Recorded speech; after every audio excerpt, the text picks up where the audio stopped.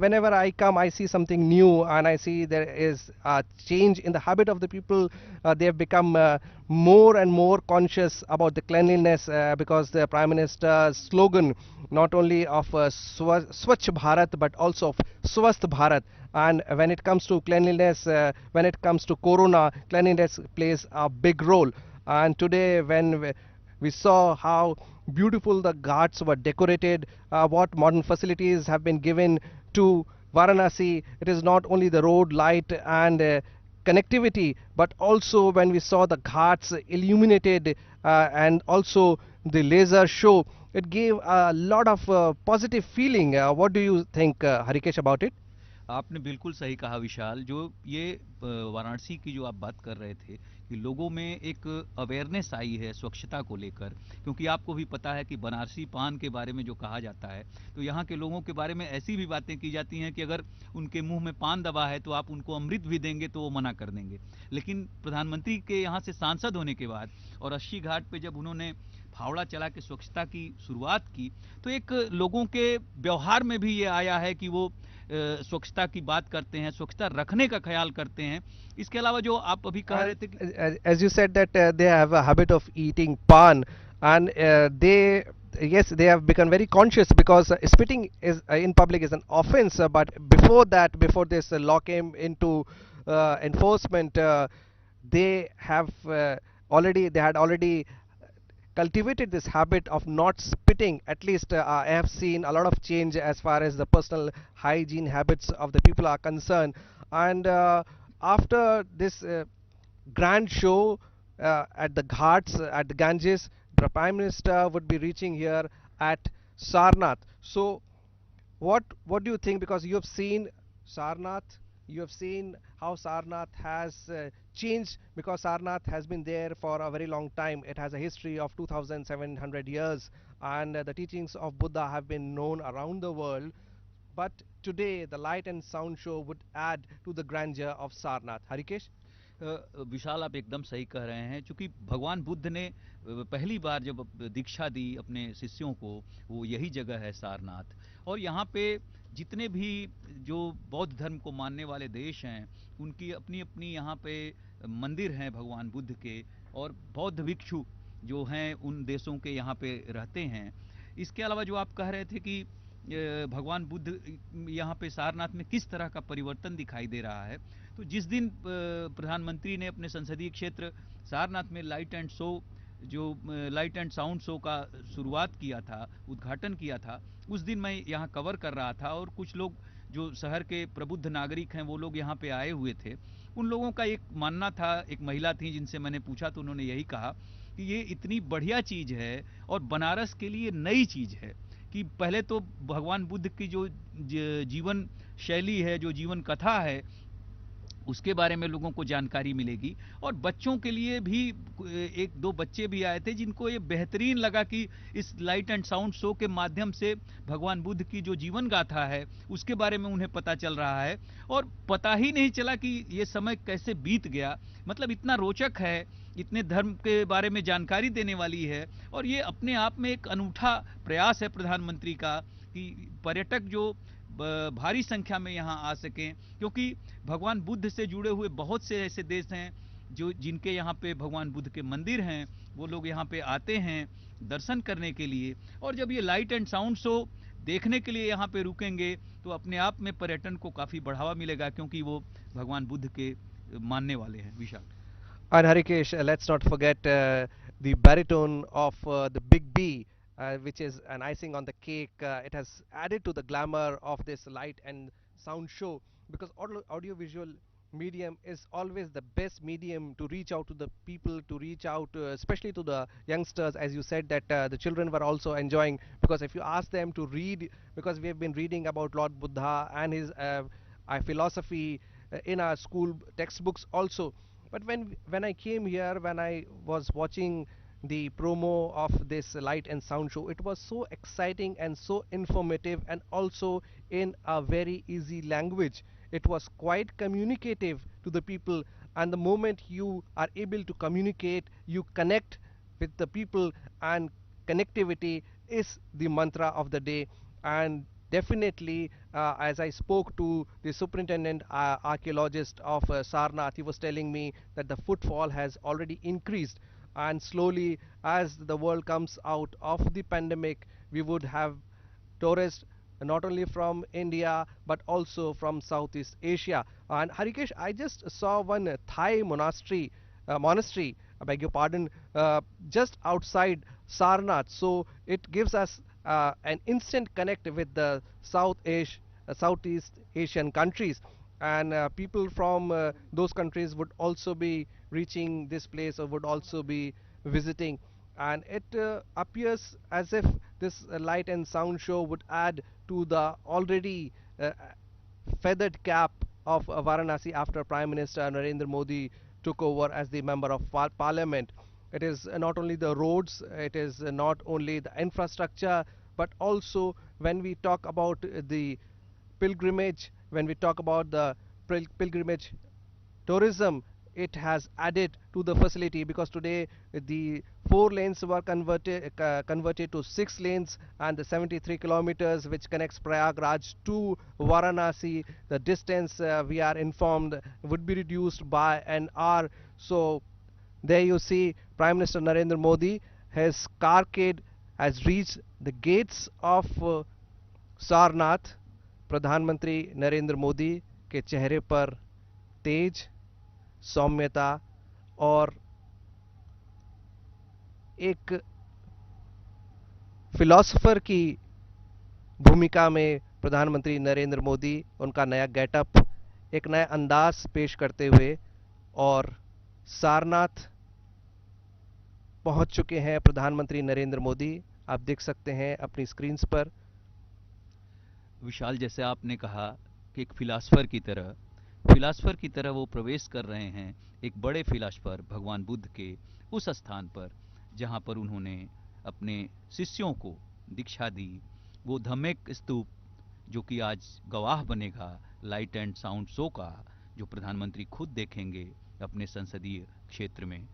Vishal, and accompanying the Prime Minister is the very proud Chief Minister of Uttar Pradesh, Yogi Adityanath, both getting on the golf cart, and very soon they would be reaching the venue from where Prime Minister along with the Chief Minister of Uttar Pradesh would be watching the light and sound show that would be screened at the Dhamek Setu, I beg your pardon, Dhamek Stoop. And it's a big. And those visuals coming in live from Sarnath, Prime Minister Narendra Modi along with Uttar Pradesh Chief Minister Yogi Adityanath have reached Sarnath.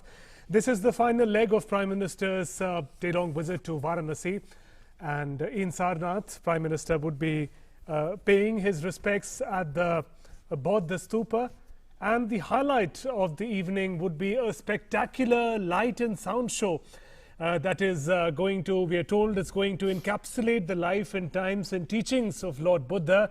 Prime Minister mentioned it earlier as well. So beautifully decked Sarnath. We can see the ancient ruins. We can see the Bodh stupas in the same vicinity. And Prime Minister Narendra Modi just a few minutes ago reaching Sarnath. And these visuals are coming in live from the place, which is a very significant point if we look at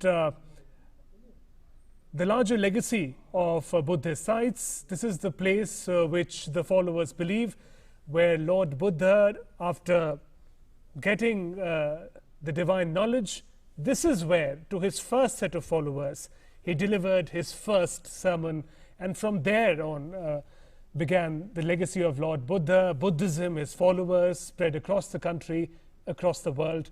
Those visuals coming in live from Sarnath.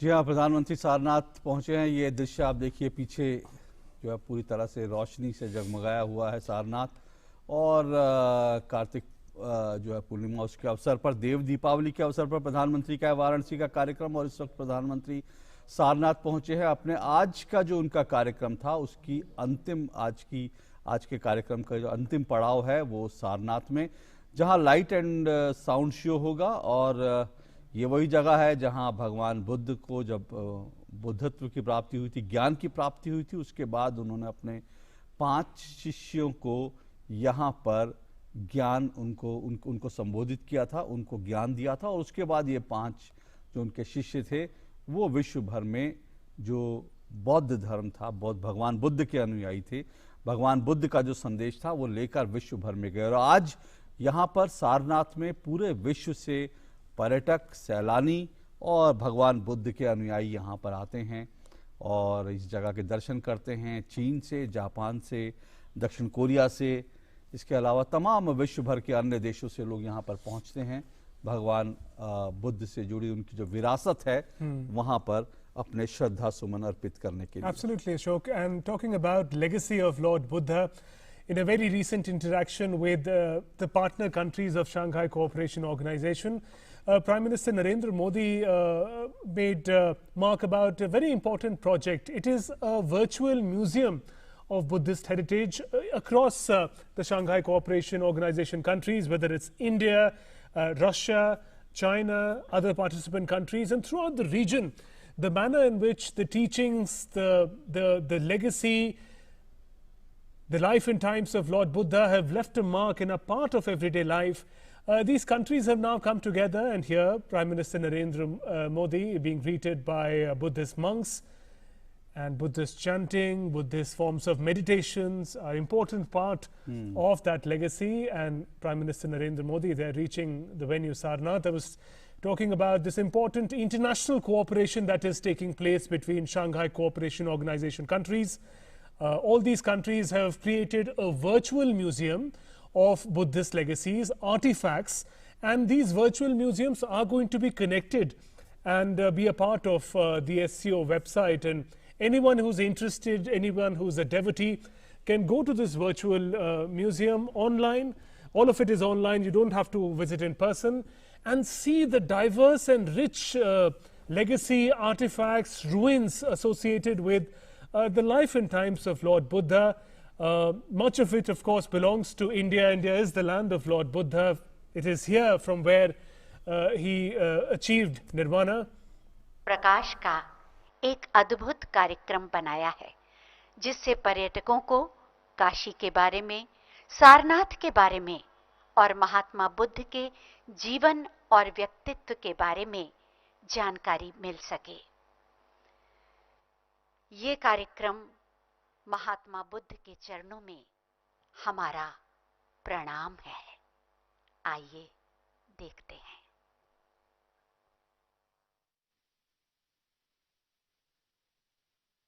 Sarnath में आप सबका स्वागत है। बौद्ध साहित्य में इस स्थान को ऋषिपतन के नाम से जाना जाता है। यहाँ अनेक ऋषियों ने तपस्या की, योग साधना की और निर्वाण प्राप्त कर यहाँ की मिट्टी को पावन कर दिया। इसका एक और प्राचीन नाम है मृगदाव, यानी हिरणों का झुंड। यहाँ के उपवन में हर तरफ कुलांचे मारते हिरण नजर आते थे। लगभग 2700 साल पहले यहीं की पगडंडियों पर अंकित हुए थे बुद्ध के चरण चिन्ह। तथागत के चरण स्पर्श से तीर्थ बन गई थी सारनाथ की ये पुण्य धरा। इस स्थान से जहां आप बैठे हैं, बुद्ध ने अपना पहला धर्मोपदेश दिया और शुरुआत की एक नई विचारधारा की जो आज भी मानव जाति के लिए सार्थक है। तो चलिए इतिहास के पन्नों को पलटें, यहाँ की गूंजती आवाजों को सुनें और बुद्ध के कथन को अपने जीवन में उतारें।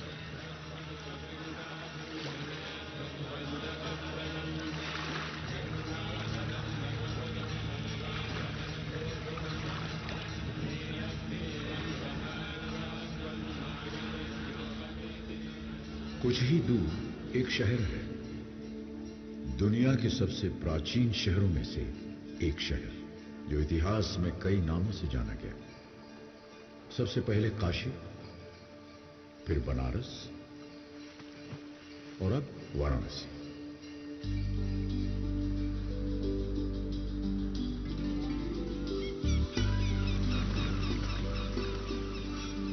मंदिरों की नगरी है ये, बाबा विश्वनाथ की नगरी। हर शाम शहर के अनगिनत घाटों पर भगवान को अर्पित संध्या आरती के असंख्य दिए जगमगा उठते हैं। आरती की ध्वनि जो मन को शांति प्रदान करती है। शहर एक अनोखा रूप धारण कर लेता है।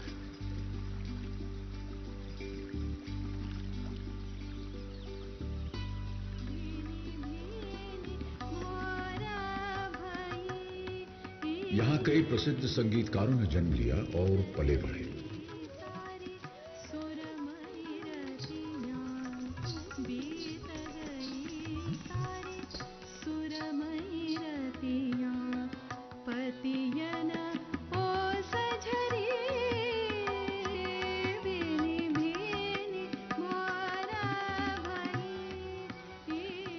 युगों से विश्व का आध्यात्मिक केंद्र रहा है ये शहर। 1916 में स्थापित बनारस हिंदू विश्वविद्यालय एशिया के सबसे बड़े विश्वविद्यालय के रूप में प्रसिद्ध है। वर्षों से जलती चिता की आग, मणिकर्णिका घाट। मान्यता है यहां पार्थिव शरीर का दाह संस्कार करने से मोक्ष की प्राप्ति होती है। मसाने में होई दिगंबर खेले, मसाने में होई। महादेव तो रोज यहां होली खेलते हैं, रोज होली का दहन होता है।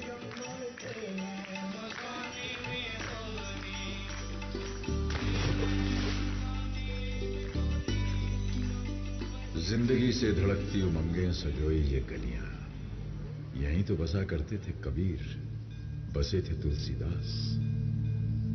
मनुष्य के हाथों ने बनाई यह अभूतपूर्व नगरी, और वो ही शांति की तलाश में गंगा में डुबकी लगा तन और मन की शुद्धि पाने, आध्यात्म की जिज्ञासा लिए यहां खींचा चला आता है।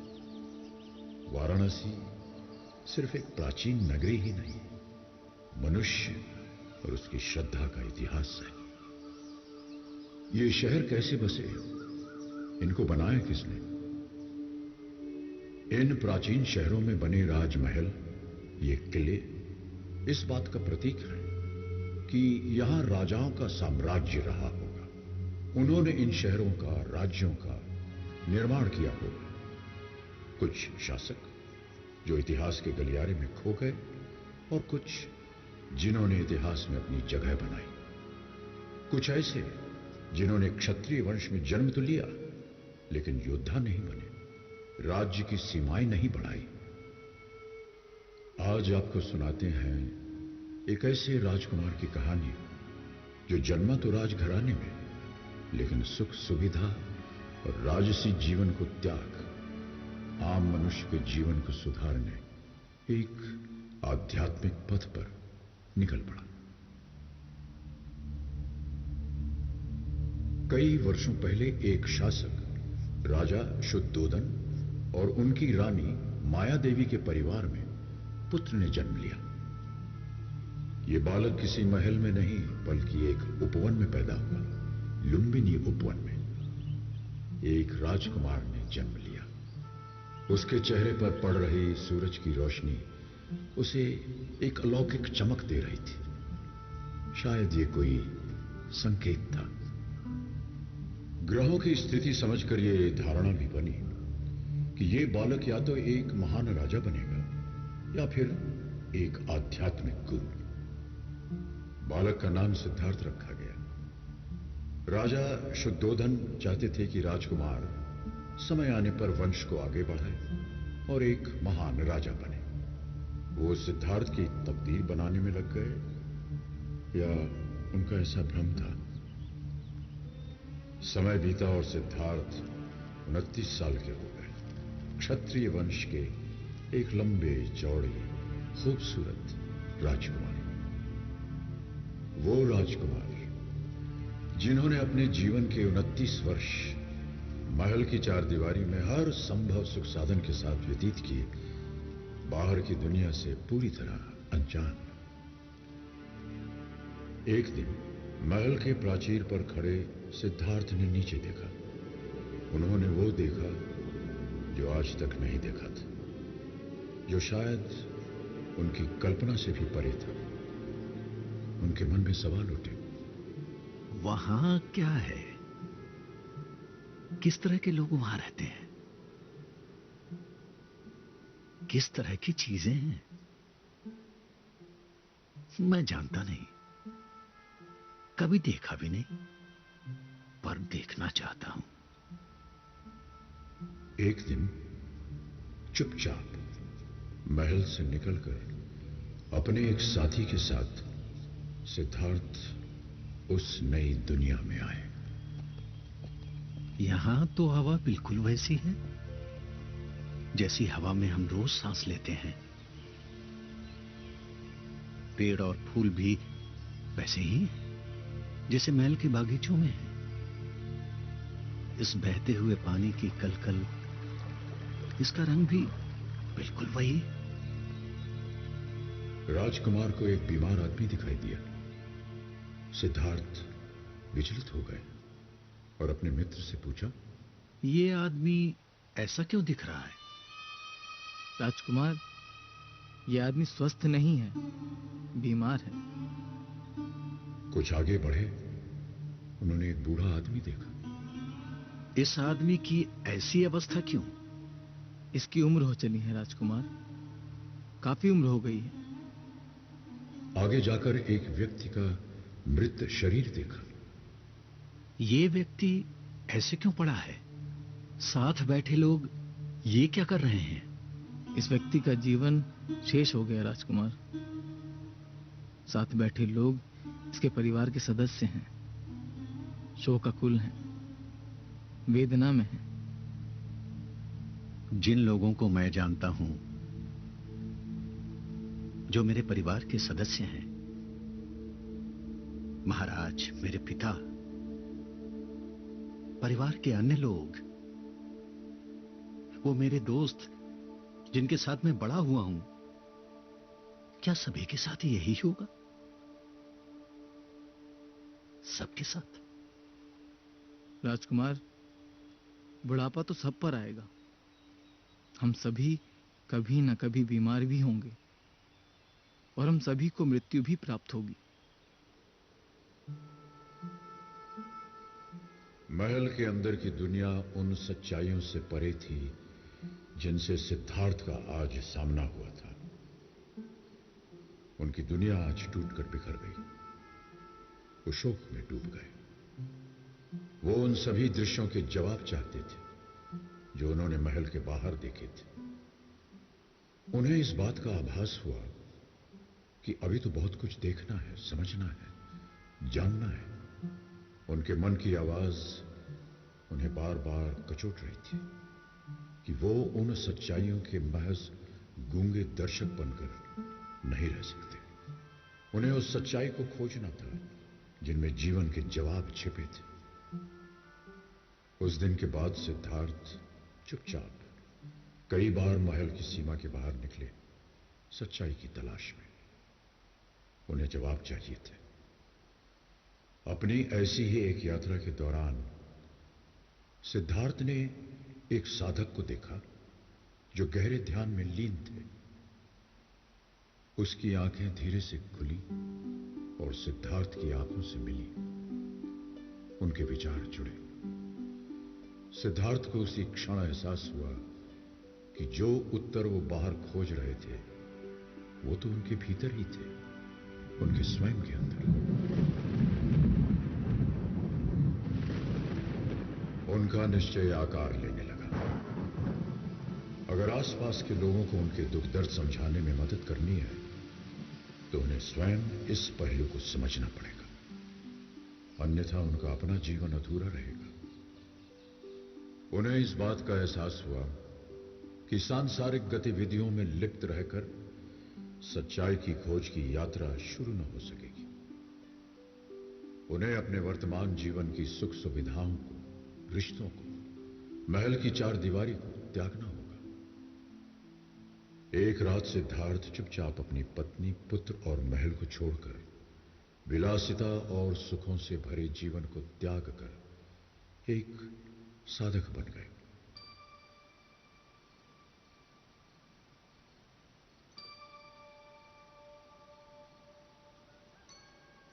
नए रास्तों और दिशाओं में चलते हुए सिद्धार्थ कई भिक्षुओं और ध्यान सिखाने वाले गुरुओं से मिले, उनकी पद्धति सीखी और उसमें महारत हासिल की।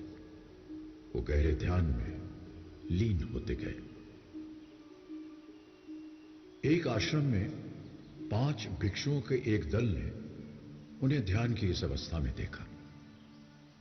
उन्हें लगा कि ये व्यक्ति बुद्ध बनेंगे और यदि इस प्रक्रिया में वो उनके साथ रहे, उनसे जुड़े रहे, तो उन्हें भी विवेक और ज्ञान की प्राप्ति होगी। ये कौन है? चेहरे पर इतनी शांति, अपने चारों तरफ की ध्वनि से अनजान, अपनी तपस्या में लीन। इनका अनुसरण करना चाहिए। इनके साथ रहें तो हमें भी ज्ञान की प्राप्ति होगी। वो सिद्धार्थ के पहले अनुयायी बने। कौटिन्य, महानमन, वप, भद्दिदय और अश्वजीत, इन्होंने सिद्धार्थ का अनुसरण किया, उनकी सेवा की और ज्ञान प्राप्त किया। सिद्धार्थ की साधना चलती रही, लेकिन लगभग 6 वर्ष के बाद भी उन्हें अपने प्रश्नों का जवाब नहीं मिला। उनको एहसास हुआ कि मंजिल बहुत दूर है और समय एकमात्र जीवन काल है। वो चाहते थे कि उनके आसपास के लोग जन्म, मृत्यु और उसके बीच के काल को समझें, जीवन के सार को समझें। उनके लिए जीवन का सार एक दिए के समान था। अगर हम एक दिया जलाते हैं तो कुछ समय पश्चात वो बुझ जाता है, पर अगर हम एक दिए से अनेकों दिए जलाएं तो चारों ओर इतना प्रकाश फैल जाएगा कि प्रकाश सीमित नहीं रहेगा, वो औरों का जीवन भी रोशनी से भर देगा। सिद्धार्थ मानते थे कि बाहर के युद्ध को जीतने से बेहतर है भीतर के युद्ध को पहले जीता जाए। एक बार यदि मन की शांति प्राप्त हो जाए तो उसे कोई चुरा नहीं सकता। वैसे ही हमारे भीतर का आनंद, जो परछाई बनकर हमारे साथ रहता है, हमें कभी नहीं छोड़ता। एक दिन सिद्धार्थ अपने आखिरी आश्रम से निकल पड़े, अपने आप ही इस भीतर के युद्ध को जीतने के लिए, और उनके पीछे पीछे चल पड़े 5 भिक्षु। कि वो बिहार के उरुवेला नामक गांव जा पहुंचे। बिना कुछ खाए पिए, निराहार रहते हुए उन्होंने तपस्या आरंभ कर दी। सिद्धार्थ अपने शरीर को कठोर यातना दे रहे थे, स्वयं को परीक्षा की चरम सीमा तक ले जाना चाहते थे। एक दिन ध्यान करते हुए सिद्धार्थ अचेत हो गए। जब होश आया, उन्होंने विचार किया कि सत्य की खोज का यह मार्ग सही नहीं था। हमारा शरीर एक वीणा की तरह है। यदि वीणा के तार ढीले छोड़ दिए जाएं, तो कोई स्वर नहीं निकलेगा, और यदि वीणा के तारों को कसते कसते ऐंठ दिया जाए तो टूट जाएंगे तार। ये सब विचार करते करते वे पास के ही गांव में एक गृहस्थ के द्वार पर पहुंचे। वहां पहुंचकर क्षीण कंठ से उन्होंने पुकार लगाई, भिक्षाम देहि। सिद्धार्थ का ये रूप देखकर 5 अनुयायियों को लगा उनके साथ धोखा हुआ है। ये तो अपनी तपस्या छोड़ भिक्षा मांग रहे हैं। अपना ध्यान तोड़ दिया। ये कैसे सन्यासी हैं? जो अपने मार्ग से भटक जाए वो हमें क्या ज्ञान देंगे? हमें अपना मार्ग ढूंढना होगा, अपना पथ, वरना हम भी भटक जाएंगे। यही सोचकर उन्होंने सिद्धार्थ का साथ छोड़ दिया। और उधर सिद्धार्थ ने निरंजना नदी के किनारे एक पीपल के पेड़ के नीचे अपनी तपस्या और साधना का क्रम दृढ़ संकल्प से शुरू किया। चाहे काया कंकाल हो जाए, शरीर का खून सूख जाए, जब तक ज्ञान की प्राप्ति नहीं होगी, मैं इस स्थान से नहीं उठूंगा। अंततः लगभग 40 दिन बाद पूर्णिमा के दिन सिद्धार्थ के रूपांतरण का क्षण आ ही गया। उन्हें आत्मज्ञान प्राप्त हुआ। वे बुद्ध कहलाए। वो पीपल का वृक्ष आज बोधि वृक्ष के नाम से और स्थान बोध गया के नाम से जाना जाता है। बुद्ध सोचने लगे कि वो इस अलौकिक ज्ञान का प्रसार कैसे करें। कौन उनके इस ज्ञान को समझने के लिए पूर्ण तैयार है। उनका ध्यान उन 5 भिक्षुओं पर गया जो उन्हें छोड़कर जा चुके थे। बुद्ध निकल पड़े सारनाथ की ओर।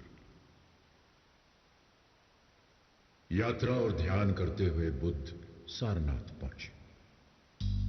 बुद्ध के कदम रखते ही वहां का सारा वातावरण मानो निशब्द हो गया। जो बुद्ध को साधना भ्रष्ट समझते थे, वो बुद्ध के चमकते चेहरे की अनोखी आभा देखकर विनम्र हो गए। कौटिन्य, महानमन, वप, भद्दीदय और अश्वजीत। बुद्ध अपने इन 5 पुराने शिष्यों को उस स्थान पर मिले जो आज चौखंडी स्तूप कहलाता है। उन 5 भिक्षुओं को एहसास हुआ कि बुद्ध के कृतियों को गलत समझना उनकी एक भारी भूल थी। उन्होंने बुद्ध के चरण पखारे और उनका आदर सत्कार किया। बुद्ध मुस्कुराए और अपने शिष्यों की जिज्ञासा भांपकर अपना पहला धर्मोपदेश देने के लिए इस परिसर के उस स्थान पर बैठे जिसे आज हम धम्मेक स्तूप के नाम से जानते हैं। अपने आध्यात्मिक यात्रा के दौरान मैंने जीवन के 4 सत्यों का अनुभव किया।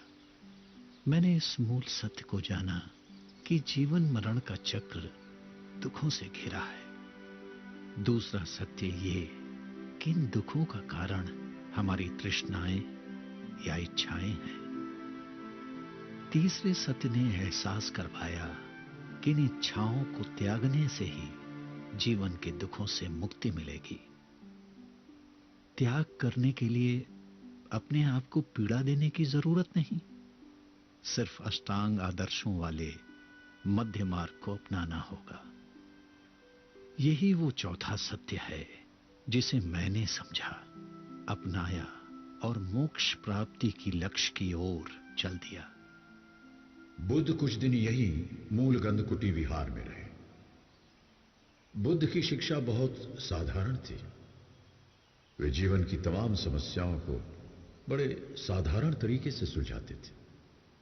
एक बार एक औरत अपने बेटे का मृत शरीर लेकर उनके पास आई और बोली, इसे जीवित कर दीजिए प्रभु,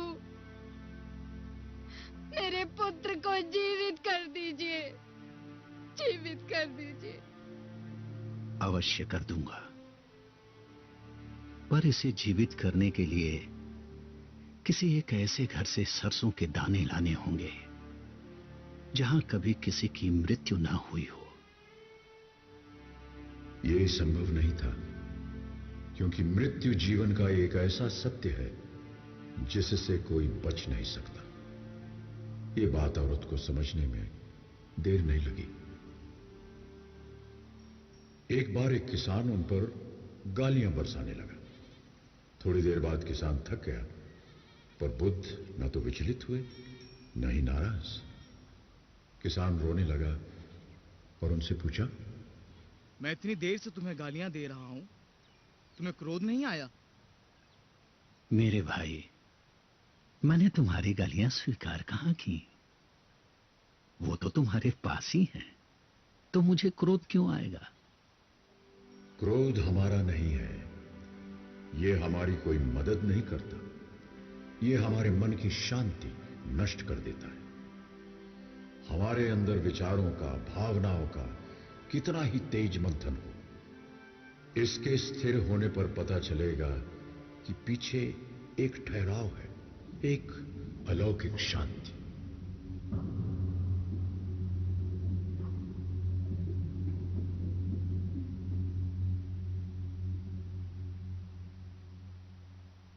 बुद्ध ने अब अपना जीवन हर तरह के लोगों को समर्पित कर दिया था। राजाओं, दासियों, सैनिकों, साधारण लोगों। उन्हें लगता था ये सब आत्माएं उस मटमैले पानी की तरह हैं जिनके नीचे व्याप्त शांति है, मगर वो सब उससे अनजान है। एक तालाब में जहां लोग स्नान करते हैं, अपने वस्त्र धोते हैं, तो तालाब का पानी कैसा दिखता है? गंदा दिखता है। पर क्या तालाब का पानी गंदा है? नहीं, पानी गंदा नहीं है। पानी को थोड़े समय के लिए विचलित न करें, उसे शांत रहने दें, तो सारी गंदगी थोड़ी देर में तालाब के तल में बैठ जाएगी और पानी पुनः अपने वास्तविक रूप में दिखाई देगा, शांत और स्वच्छ। बुद्ध ने संघ की स्थापना की और अपने पहले 60 भिक्षुओं को देश की अलग अलग दिशाओं में भेजा ताकि वो लोगों से मिले और बुद्ध के विचारों को जन समूह तक पहुंचाए। बुद्ध एक और लंबी यात्रा पर आगे बढ़ चले। उनका लक्ष्य लोगों तक पहुंचना और अपने उपदेशों द्वारा उन्हें जीवन को सही तरह से जीने की राह दिखाना। शासकों का नाम उनके शासनकाल से उनकी जागीर से जाना जाता है। किसका कितना बड़ा साम्राज्य था, किसने कितने समय तक राज किया और कैसा राज किया। ईस्वी पूर्व 3री शताब्दी में मौर्यकालीन शासक थे सम्राट अशोक। उन्होंने कलिंग साम्राज्य के साथ युद्ध छेड़ा और विजय प्राप्त की। लेकिन युद्ध के बाद जब उन्होंने चारों तरफ विनाश देखा, उनका दिल पश्चाताप से कुंठित हो गया।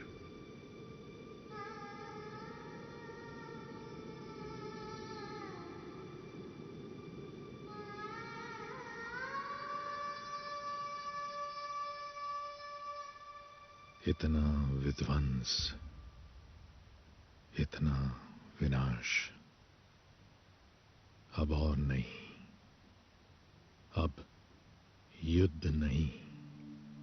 सम्राट अशोक के संवेदनशील हृदय ने अहिंसा, करुणा और मैत्री का धर्म, बौद्ध धर्म स्वीकार किया।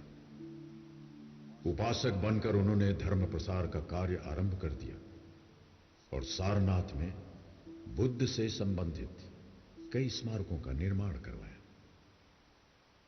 बाहर से जब आप यहां के इस प्रांगण की तरफ बढ़ते हैं तो थोड़ी दूर पर स्थित विशालकाय धम्मेक स्तूप आपकी नजरों से अलग नहीं होता। इस स्तूप का मूल निर्माण सम्राट अशोक ने ही कराया था।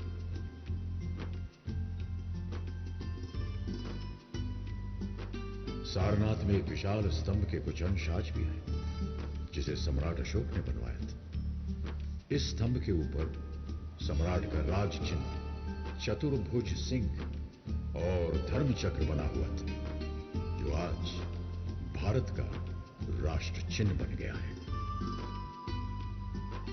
सम्राट अशोक ने धर्मराज का स्तूप और बौद्ध भिक्षुओं के रहने के लिए विहारों का निर्माण करवाया। सारनाथ में बुद्ध के निवास स्थल मूल गंधकुटी विहारा बनवाकर उन्होंने बुद्ध के प्रति अपनी श्रद्धा अर्पित की। बुद्ध थे तो एक आम मनुष्य जो युवराज के रूप में पैदा हुए, अपने आसपास के जीवन को देखा, दुख दर्द को देखा और एक लंबी यात्रा पर निकल पड़े। उनकी देशना, उनके वचन हमारे वर्तमान दौर में और भी सार्थक है। सारनाथ भारत का एक बौद्ध तीर्थ है, बौद्ध धर्म का संपूर्ण संसार है। बुद्ध के चरणों की कंपन, उनके वाणी की गूंज मानो आज भी यहाँ के स्तूप, अशोक स्तंभ और विहारों के अवशेषों में बसी हुई है। विश्व का गौरव, संस्कृति का सार, सारनाथ।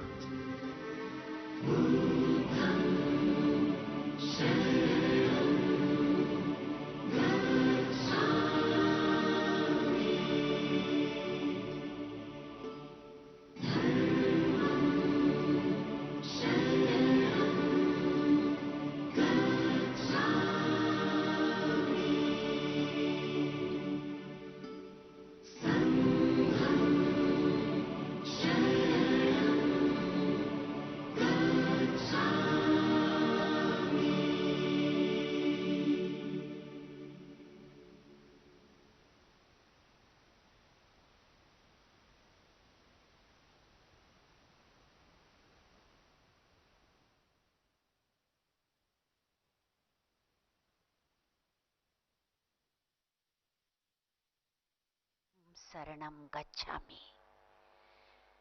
ये ध्वनि अभी भी चारों ओर गूंज रही है। एक अलौकिक शांति विस्तार पा चुकी है। माननीय प्रधानमंत्री महोदय के साथ इस अद्भुत कार्यक्रम को देखना अपने आप में एक दिव्य अनुभव था, जो आज की इस कार्तिक पूर्णिमा को अनमोल बना गया। इसी के साथ ये आयोजन अब संपन्न होता है। हम बहुत बहुत आभारी हैं माननीय प्रधानमंत्री जी के, जिनकी प्रेरणा से सदैव बेहतर करने का मार्ग प्रशस्त होता है, बल और साहस मिलता है। बहुत बहुत आभार माननीय प्रधानमंत्री जी आपका।